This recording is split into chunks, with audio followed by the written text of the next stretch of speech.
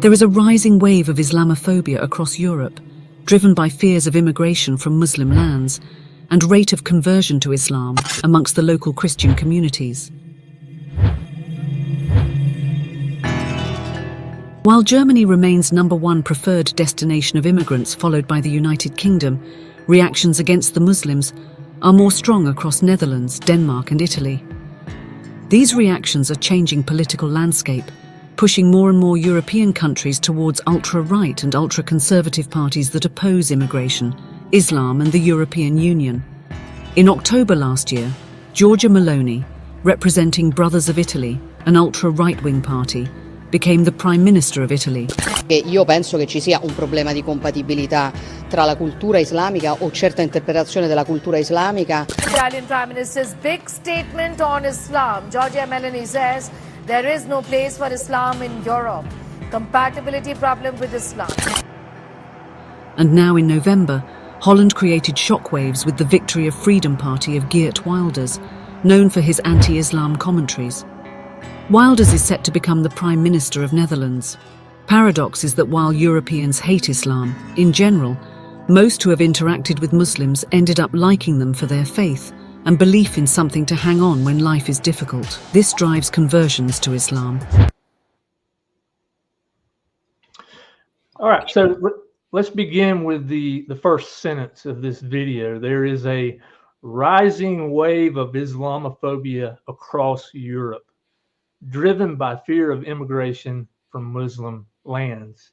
So 15 seconds into this video, we know that this is not going to be a fair and honest evaluation of Islam. That's what it says to me. Webster's dictionary defines Islamophobia as an irrational fear of Islam, but there's nothing irrational about someone wanting to understand Islam and what motivates people to carry out violence or to act in any kind of unjust way in the name of Allah. The Quran explicitly calls for violence against non-Muslims, and we know that Muslims have been consistently following through in obedience to many of these commands for over 1,400 years. What happened to Israel on October the 7th, 2023 was nothing new. Again, these kind of things have been happening consistently all across Europe as a result of Islamic immigration. Now, I'm not saying that all Muslims are violent. We're talking about Islam, not Muslims. So as a Christian, I think the most reasonable thing a person could do is search for answers and try to understand. It's not irrational for people to care about the future of their children, the future of their country. But instead of dealing with these problems, Muslims want to lecture us on Islamophobia. I hope you can see that in this opening video here. Along with many others, I'm constantly looking for opportunities to engage Muslims in meaningful conversations. That's something that I do consistently, but calling somebody an Islamophobe is nothing more than an attempt to avoid these kind of conversations and to shut them down.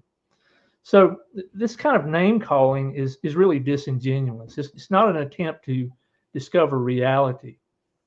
As a Christian, I'm not afraid of Muslims. I'm not afraid of their objections to my faith. In fact, I love them.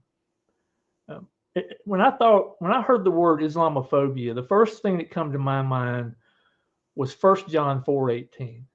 And it says, there's no fear in love, but perfect love casts out fear. Amen. Because fear involves torment, but he who fears has not been made perfect in love.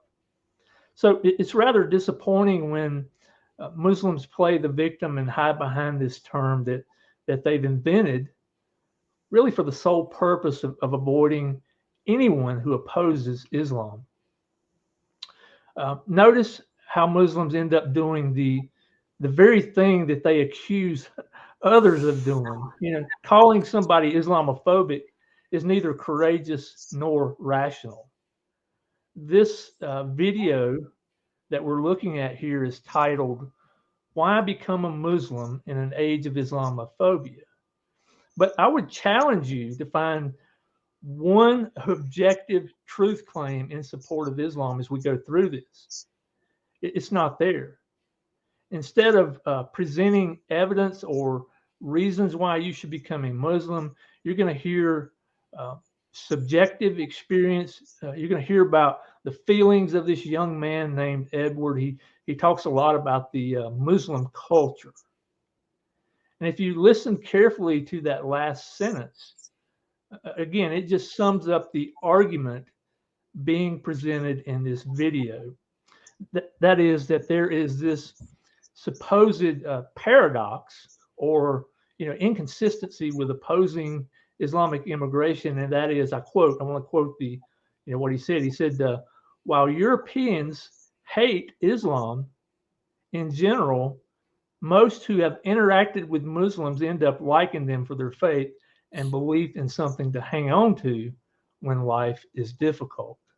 End quote. So basically what they're saying is Muslims are nice, friendly people because of their faith, because they have something to hang on to when life is difficult.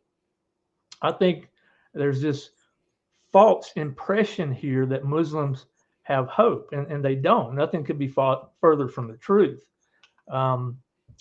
Secondly, even if this statement were true, there's nothing convincing about interacting with friendly Muslims that proves anything. Like Christians, Muslims are capable of misrepresenting their faith. Surah 3:28 says, "Let not the believers take for friends or helpers the unbelievers rather than believers. If any do that, in nothing will there be help from Allah, except by way of precaution that you may guard yourselves from them." Regarding this passage, Ibn Kathir says, "Whoever at any time or place fears their evil, that is the infidel's evil, may protection himself through outward show." I think I messed up that quote there, but as proof of this quote, one of Muhammad's companions says, "Let us smile in the face of some people while our hearts curse them." So the whole thing, just the very introduction of this video here seems very disingenuous to me.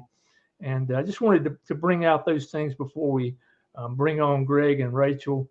And I'm excited to have them with me tonight.